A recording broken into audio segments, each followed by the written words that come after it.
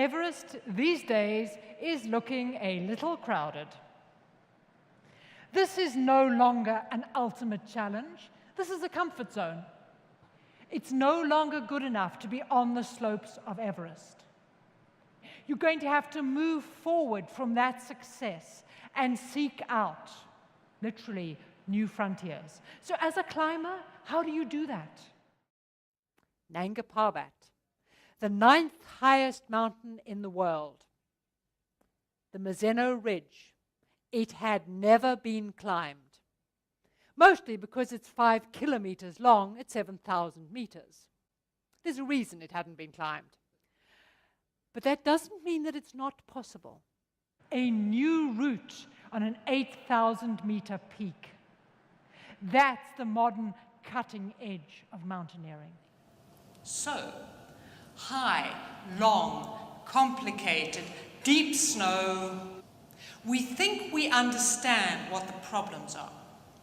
What is our solution? Why are we going to be any different from everybody else who's tried this?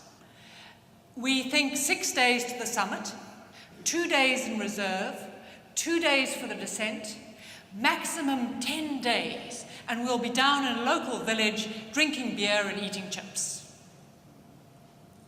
It's a lovely plan. It bears no resemblance to what's about to happen.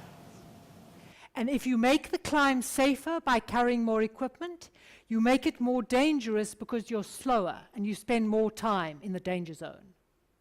So, as we sit there with piles of food, piles of gas, piles of safety gear, and these little rucksacks that we have to pack, we're faced with this question. What is more important? Number one, to carry ample supplies of food and gas and medical gear. And number two, to go light so that we can move fast, get up there and get out again. You're quite the risk takers for a company that's all about being safe. We are moving forward. And it is a magnificent piece of climbing. I mean, this ridge undulates like the back of a dragon. And you've got these frozen waves of snow hanging off it. And when we look at the risks of this, we think about falling, we think about avalanches, maybe snowstorms. But honestly, most of the things that go wrong are triggered by us. And it seems easier to climb down to where he is and then traverse round to the col. 2 of our team dig themselves a cave under the rock. That's Rick's leg. He's digging away. And 2 of them have to simply sit on that ledge through the night. We are at 7,000 meters in the Himalaya, sitting on a ledge. It is not a good night. But just straight off the top of your heads, who are the better climbers? Number 1 for Sherpas, number 2 for Westerners. Ah, very interesting. This is going to turn into one of the key problems. There are different kinds of ability on a climb. We have the Sherpas who are physically exceedingly strong, and strength is very obvious. They go up and down exactly the same climb on exactly the same mountain year after year. Their expertise is deep, but it is limited. Western climbers, good ones, are much better strategic climbers than Sherpas are.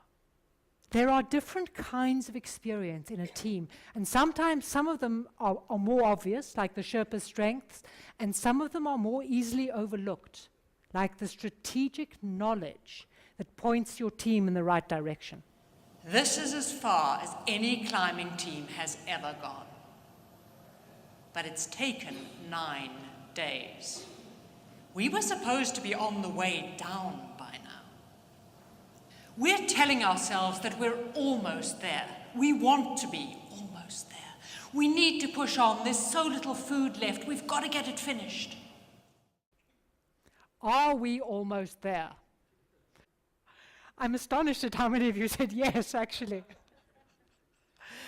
But the thing is, we are seriously telling ourselves we're almost there. And we are telling ourselves stories.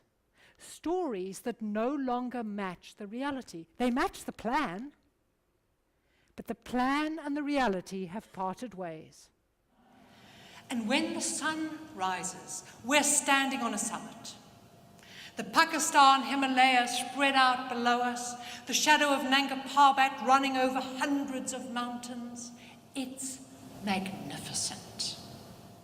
It's also not the right summit. There is a 2-day climb to get off this mountain down a route we've never seen before. Some of us absolutely want to go home. Some of us think that there might still be a chance. We should take what we've learned from this failure and have one more go. A voting question for you. Should we, number 1, all go down and get off the mountain? Number 2, should we all try and get to the summit? Number 3, should we split the team? I'm actually impressed by how many of you are prepared to split the team. A lot of people seem to think that mountain climbing is this all or nothing game, and mountain climbers don't think like that. What we're trying to do is use our resources as strategically as possible. We decide to split the team. And this climb was sufficiently important that Rick and Sandy won a Piolette d'Or, the Golden Ice Axe. It's our equivalent of winning an Oscar.